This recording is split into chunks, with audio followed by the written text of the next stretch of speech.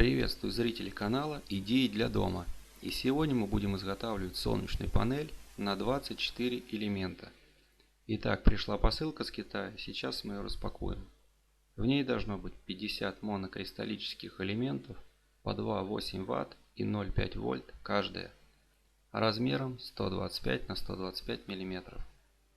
Все ссылки можно увидеть ниже в описании. Верхняя сторона элемента темно-синий – это минус, нижняя – это плюс. Спаивать мы их будем последовательно, то есть плюс к минусу, чтобы увеличить мощность каждого элемента.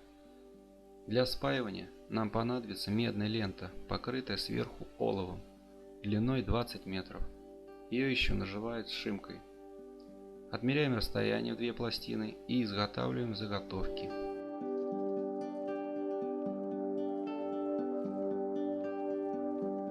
Также нам понадобится флюс жидкий с кисточкой и в виде маркера. Аккуратно проходим маркером по верхней части, после чего приступаем к пайке. Паяльник у меня с медной насадкой 60-ваттной, с регулируемой температурой. Желательная температура для работы 350-400 градусов.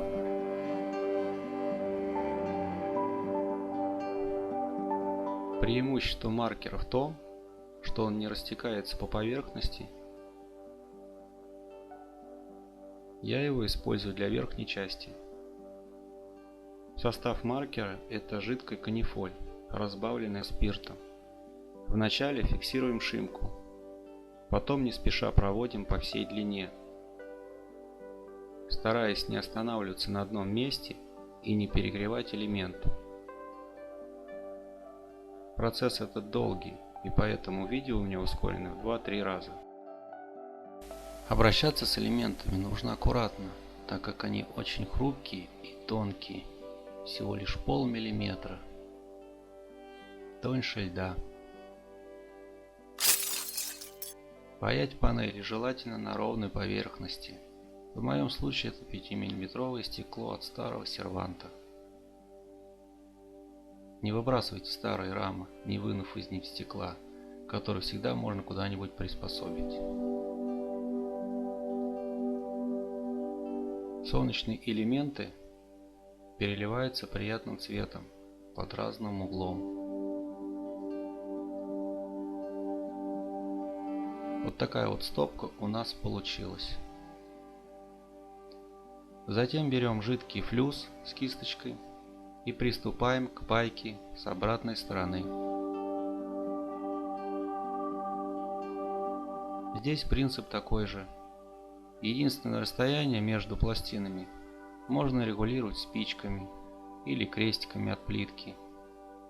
Сам же делаю это на глаз, так как тут нет ничего сложного.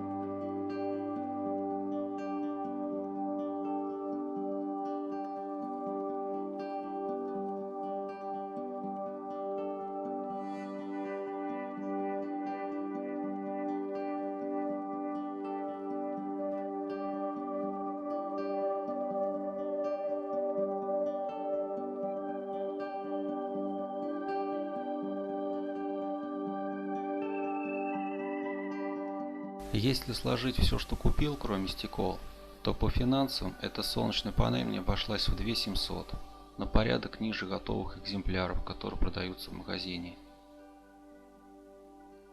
Также нужно следить за тем, чтобы верхняя часть ленты не соприкасалась с нижней. У нас должно получиться 4 ряда по 6 пластин в каждом ряду. После чего приступаем к сборке алюминиевых уголков под 45 градусов. Фиксируем их саморезами. Лишнее отпиливаем болгаркой. Алюминиевый уголок взял 1,5 на 1,5 см. Далее с помощью пистолета промазываем по краям силиконом или герметиком.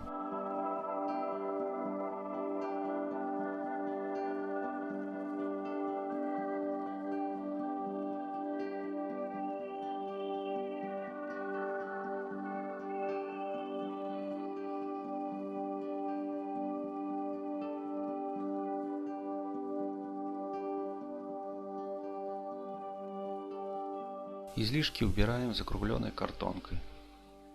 Затем нам понадобится эпоксидный клей 280 грамм. Наливаем его в тару и тщательно перемешиваем.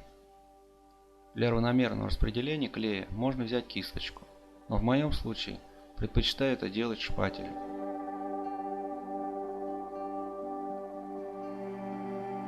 После этого кладем наши панели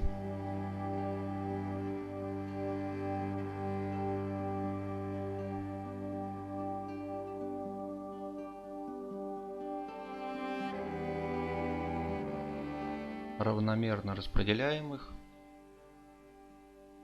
и начинаем аккуратно приглаживать шпателем, стараясь выдавить из-под них весь клей и воздух.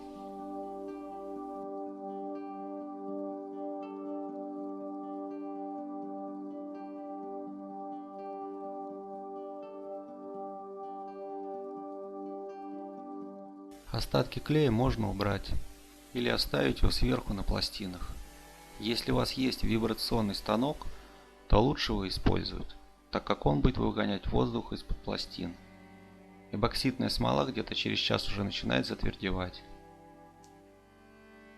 Соединяем шимкой наши пластины и спаиваем последовательно. Также паяем плюсовой провод и минусовой.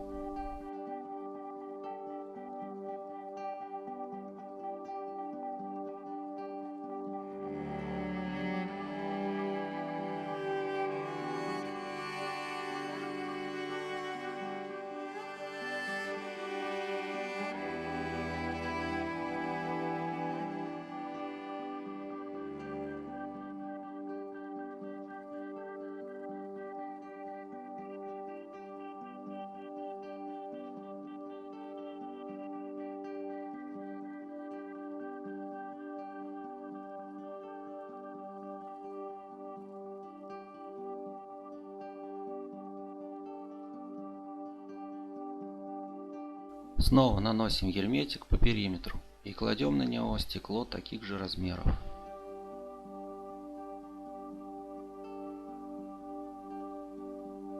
Затем монтируем распределительную коробку для солнечной панели с уже встроенной диод-шоткой, который не позволит солнечной панели забирать обратно накопленную энергию. Коробку приклеил на суперклей и сбоку зафиксировал ее саморезом.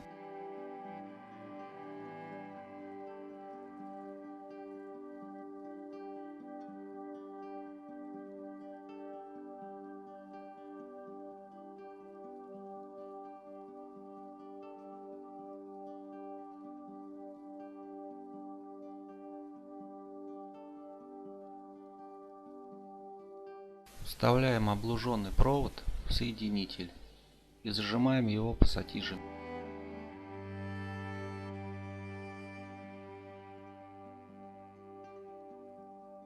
После защелкиваем в коннектор. И обратно он уже не выйдет. Солнечные панели свыше 50 Вт рекомендуется защищать от внешних условий окружающей среды, и поэтому коробка и коннекторы влагозащищены. Давайте испробуем в действии нашу панель, которая показывает почти 12 вольт при комнатном освещении.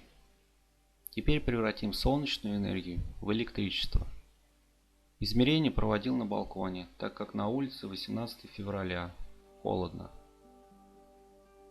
Чтобы узнать мощность панели, нам нужно силу тока, а это 3 ампера, умножить на напряжение 17 вольт. Получаем 51 ватт.